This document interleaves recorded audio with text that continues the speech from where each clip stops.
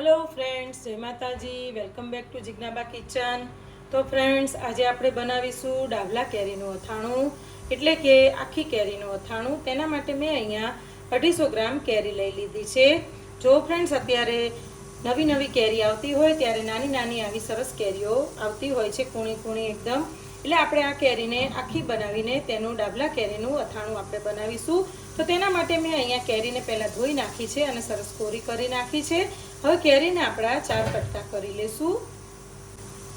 તો ફ્રેન્ડ્સ, તમે જોઈ શકો છો કે કેરીને આપણે આવી રીતે 4 કટકા કરી લેવાના છે. જેવી રીતે આપણે રીંગણના 4 ચીરિયા કરીએ છીએ ભરવા માટે, તેવી રીતે આપણે કેરીને આવી રીતે 4 ચીરિયા કરી લેશું.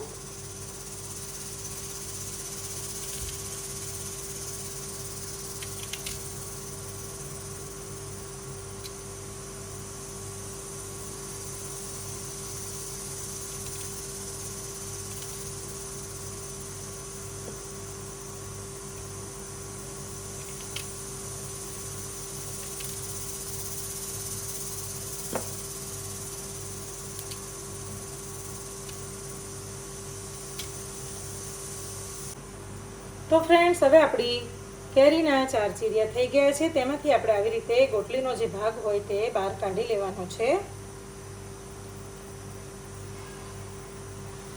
જો ફ્રેન્ડ્સ, આવી રીતે ચપ્પાની મદદથી આપણે બધી જ ગોટલી કાઢી લેવાની છે.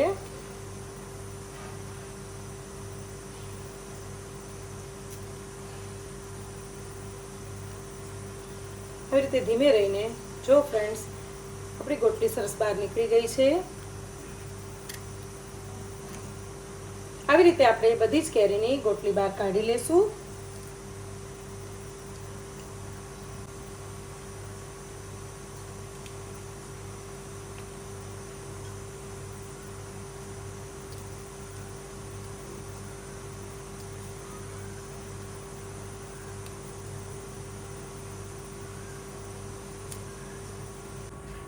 તો ફ્રેન્ડ્સ, તમે જોઈ શકો છો કે આપણી કેરીમાંથી ગોટલી કાઢી લીધી છે. જો ફ્રેન્ડ્સ, બધી જ કેરીમાંથી આપણે ગોટલી કાઢી લીધી છે. ફ્રેન્ડ્સ, હવે આપણે ગોટલીને મીઠા હળદરવાળી કરી લેશું. તેના માટે આપણે અહીંયા 3 થી 4 ચમચી મીઠું લેશું અને 2 ચમચી હળદર લેશું.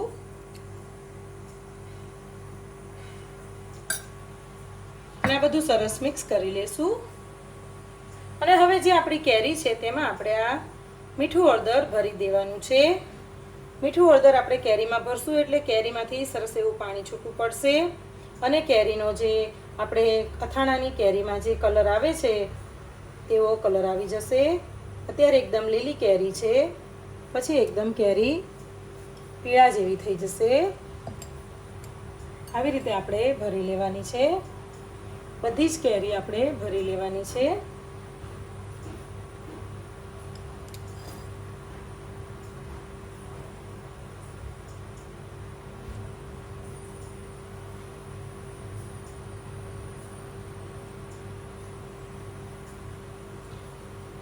ફ્રેન્ડ્સ, આ અથાણું ડાબલા કેરીનું અથાણું સ્ટાર્ટિંગમાં જે કેરી આવે ત્યારે જ થાય છે. પછી કેરી પાકી બનીને તેમાં ગોટલા થઈ જાય છે. નાની ગોટલી હોય તેવી જ કેરી લેવી.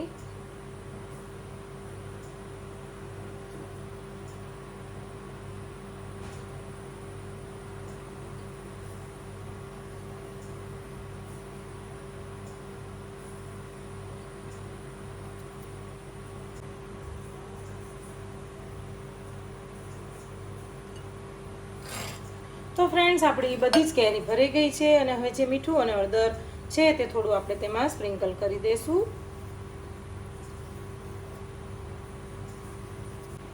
આ કેરીને 24 કલાક આપણે મીઠા હળદરમાં રાખીશું. તો ફ્રેન્ડ્સ, તમે જોઈ શકો છો કે આપણી કેરી આવી રીતે જો ફ્રેન્ડ્સ સરસ મજાની સોફ્ટ થઈ ગઈ છે. હજી આપણે કેરીને 1 રાત માટે રહેવા દઈશું એટલે આપણી કેરીનો કલર સરસ ચેન્જ થઈ જશે. જો ફ્રેન્ડ્સ, સરસ આપણી કેરી ઢીલી થઈ ગઈ છે અને કેરીમાંથી સરસ મજાનું પાણી પણ છૂટું પડી ગયું છે. તો ફ્રેન્ડ્સ, હવે આપણે આ કેરીના અથાણામાં એટલે કે ડાબલા કેરીમાં નાખવા માટે આપણે મેથીને પલાળી લેશું. તો ફ્રેન્ડ્સ, અહીંયા આપણે 2 થી 3 ચમચી જેટલી મેથી લઈ લેશું. અને હવે મેથીને આપણે પહેલાં સાદા પાણીમાં જ પલાળી લેશું. ફ્રેન્ડ્સ, આવી રીતે આપણે મેથીને પલાળી દઈશું અને તેને ઢાંકી દઈશું. આખી રાત આપણે મેથીને પલાળવા દઈશું. આપણે ડાબલા કેરીમાં આખી મેથી નાખીશું એટલે કેરીના અથાણાનો ટેસ્ટ ખૂબ જ સરસ આવે છે.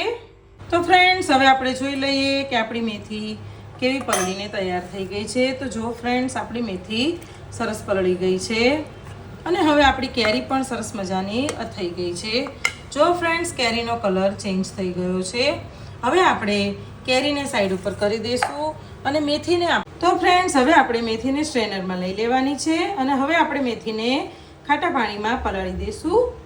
તો જો ફ્રેન્ડ્સ, મેથીનું બધું જ પાણી નીચે પડી ગયું છે અને સરસ કોરી થઈ ગઈ છે. હવે તેને આપણે કેરીનું જે ખાટું પાણી છે તેમાં નાખી દઈશું.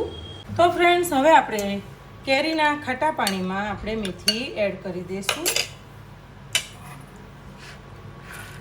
અને હવે આને આપણે 4 થી 5 કલાક માટે રહેવા દઈશું. ત્યારબાદ આપણે કેરી અને મેથીને એક કોટનના કપડામાં પોળી કરીને સૂકવી દઈશું અને તેને ડ્રાય થવા દઈશું. ત્યાર પછી આપણે મસાલો ભરીશું. તો ફ્રેન્ડ્સ, હવે પાછું આને ઢાંકીને આપણે 4 થી 5 કલાક માટે રહેવા દઈશું. તો ફ્રેન્ડ્સ, તમે જોઈ શકો છો કે આપણી મેથી સરસ પલળી ગઈ છે. તેની ઉપર મીઠું અને હળદર પણ સરસ રીતે ચડી ગયું છે. જો ફ્રેન્ડ્સ, તેનો કલર એકદમ યલો થઈ ગયો છે.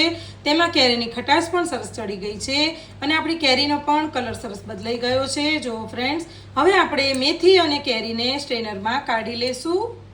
તો ફ્રેન્ડ્સ, હવે આપણે કેરી અને મેથીને સ્ટ્રેનરમાં કાઢી લીધા છે અને હવે આપણે તેને એક સરસ કોટનના કપડામાં પોળા કરી લેશું અને 1 કલાક માટે કોરું થવા દેશું.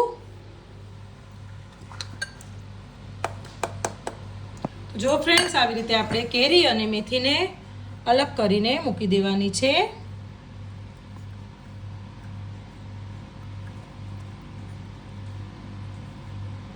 ત્યારબાદ આપણે કેરીમાં મસાલો ભરી દઈશું. જો ફ્રેન્ડ્સ, આવી રીતે આપણે કેરીને મેથીના દાણાને આપણે પોળા કરી દઈશું અને એકદમ કોરા થાય પછી આપણે તેમાં બધો મસાલો કરી લઈશું. આને આપણે 1 કલાક માટે રહેવા દઈશું. ત્યાં સુધીમાં આપણી કેરી પણ સરસ મજાની કોરી થઈ જશે. ફ્રેન્ડ્સ, તમે જોઈ શકો છો કે આપણી મેથી પણ સરસ કોરી થઈ ગઈ છે અને કેરી પણ સરસ એવી ડ્રાય થઈ ગઈ છે. જો ફ્રેન્ડ્સ, એકદમ તમને નજીકથી હું બતાડીશ. જો ફ્રેન્ડ્સ, એકદમ આપણી કેરી અને બધું સરસ કોરું થઈ ગયું છે. હવે આપણે મસાલો કરી લેશું. તો મસાલામાં મેં અહીંયા રેડીમેડ જે અચાર મસાલો આવે છે રામદેવનો, તે જ મેં લઈ લીધો છે. તેનું જ અમને લોકોને અથાણું ભાવે છે એટલે ફ્રેન્ડ્સ, આપણે આ જ મસાલાનો ઉપયોગ કરીશું. તો ચાલો ફ્રેન્ડ્સ, હવે આપણે બધો મસાલો મિક્સ કરીને કેરીને ભરી લઈશું. તો ફ્રેન્ડ્સ, હવે આપણે અચાર મસાલો પેકેટ તોડી લીધું છે અને હવે તેને આપણે અહીંયા 200 ગ્રામ જેટલો મસાલો લઈ લેશું. હવે તેની અંદર આપણે જે મેથી પલાળીને કોરી કરી લીધી છે તે એડ કરી દઈશું. તો ફ્રેન્ડ્સ, હવે તેમાં આપણે મેથી પણ નાખી દઈશું. ફ્રેન્ડ્સ, તમે પણ આવી રીતે અથાણું બનાવજો, ખૂબ જ ફાઇન બને છે. હવે બધું સરસ રીતે આપણે હાથેથી જ મિક્સ કરી લેશું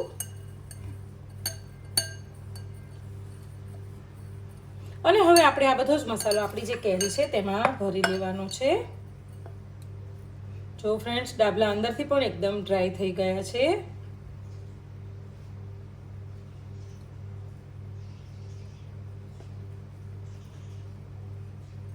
આવી રીતે આપણે દબાવીને અંદર મસાલો ભરી લેવાનો છે.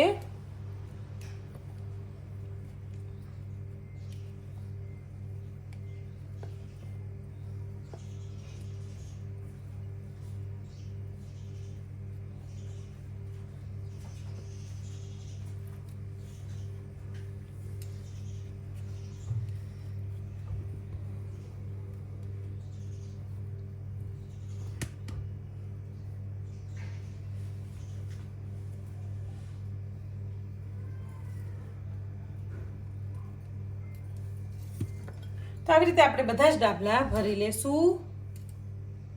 તો ફ્રેન્ડ્સ, હવે આપણે આમાં તેલ નાખી દેવાનું છે.